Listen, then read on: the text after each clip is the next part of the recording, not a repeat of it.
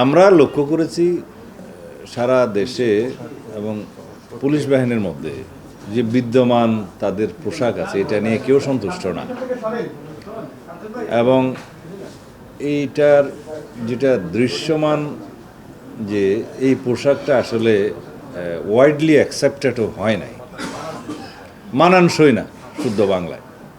তো সেই জন্য পুলিশ বাহিনীর আবেদনের প্রেক্ষিতে আমরা বিষয়টা বিবেচনা করেছি যে এই ড্রেসটা কীভাবে হয়।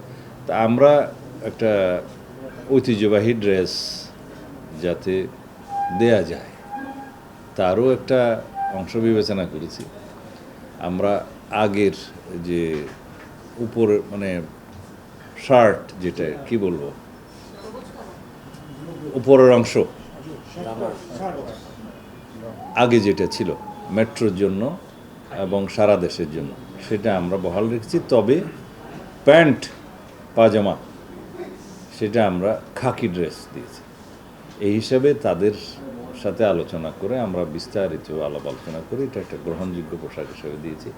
সেটা তাদের পরিধান করতে আর কিছুদিন সময় লাগবে, কারণ এটা প্রস্তুতির বিষয় আছে, কাপড় প্রোডাকশনের বিষয় আছে, জানার বিষয় আছে।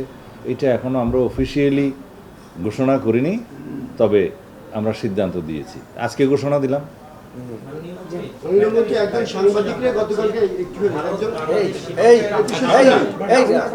আমি একজন সাংবাদিককে গতকালকে বিদেশ যেতে দেওয়া হয়নি, কোনো কারণও বলা হয়নি। কি নাম? নজরুল ইসলাম। নজরুল ইসলাম মিঠু। উনি কি? উনি ওকাবের সভাপতি। আচ্ছা, আমি বিষয়টা খোঁজ নিয়ে দেখি। অনেক যুবক পাহাড় থেকে এবং ক্যাম্প থেকে মায়ানমার যাচ্ছে এবং আরাকান আর্মির পক্ষে তারা আরাকান আর্মির কাছে প্রশিক্ষণ নিচ্ছে এবং মানুষ প্রতিবেদন আমাদের কাছে আছে, গোয়েন্দা প্রতিবেদন। এই বিষয়ে কি আপনারা আলোচনা করছেন? না, এটা আমি আপ টু ডেট না, পরে কোনো সময় খোঁজ নিয়ে বলবো। আমি উঠি।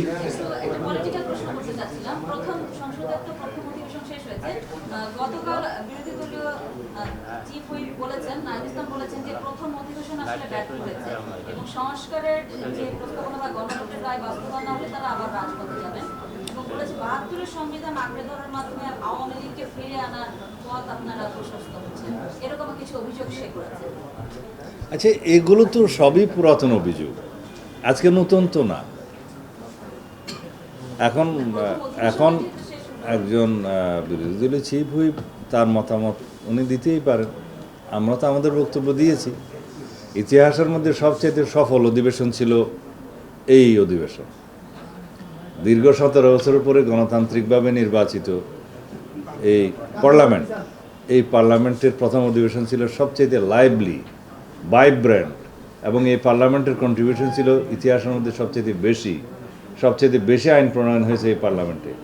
সবচেয়ে বেশি বিতর্ক না হলেও সৌহার্দ্যপূর্ণ পরিবেশে বিতর্ক হয়েছে এই পার্লামেন্টে। এখানে পজিশন ছিল, অপোজিশন ছিল, সবার বক্তব্য ছিল, কিন্তু ভ্রাতৃত্বপূর্ণ একটা সম্পর্ক ছিল, সৌহার্দ্যপূর্ণ সম্পর্ক ছিল। তো সুতরাং সব কিছু মিলিয়ে আমরা কোনো সময় বিরোধী দল এবং সরকারি দল মিলে একসাথে কমিটি করেছি, সেটা জাতি দেখেছে, এবং জাতীয় ইস্যুগুলোতে আমরা একসাথে কথা বলেছি, ঐক্যবদ্ধ হয়েছি, এবং বিভিন্ন বিষয়ে মতবিরোধ থাকতেই পারে বিরোধী দল এবং সরকারি দলের মধ্যে, সেই মতবিরোধগুলো তারা প্রকাশ করেছে, আমরা আমাদের মত দিয়েছি। এই ডিবেটটা তো হবেই, এই দ্বিমত এবং ভিন্নমত পোষণ করার জন্যই তো গণতন্ত্র। তো সুতরাং তার বক্তব্য তিনি দিয়েছেন, আমার বক্তব্য আমি দিলাম। খোদা হাফেজ।